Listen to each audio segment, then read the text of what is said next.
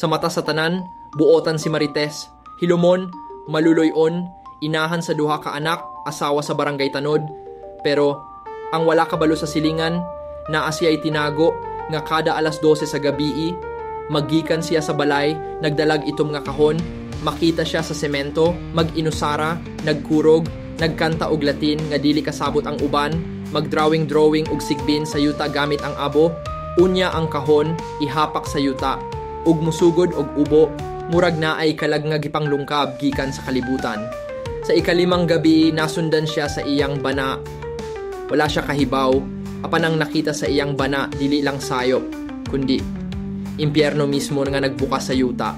Ang kahon, puno di ay sa buhok, kuko, ug mga mata nga murag na malhin sa pikas kalibutan. Unya ang bana, wala na nagpakita human atong gabii. Ang ilang balay, gisiradan, walay musaba, walay musugid. Pero ang kahon, naagihapon, nagsigeg lihok. Taga-barangay katulugon ni siya. Kung kaila ka ni Marites, ayaw nagduol.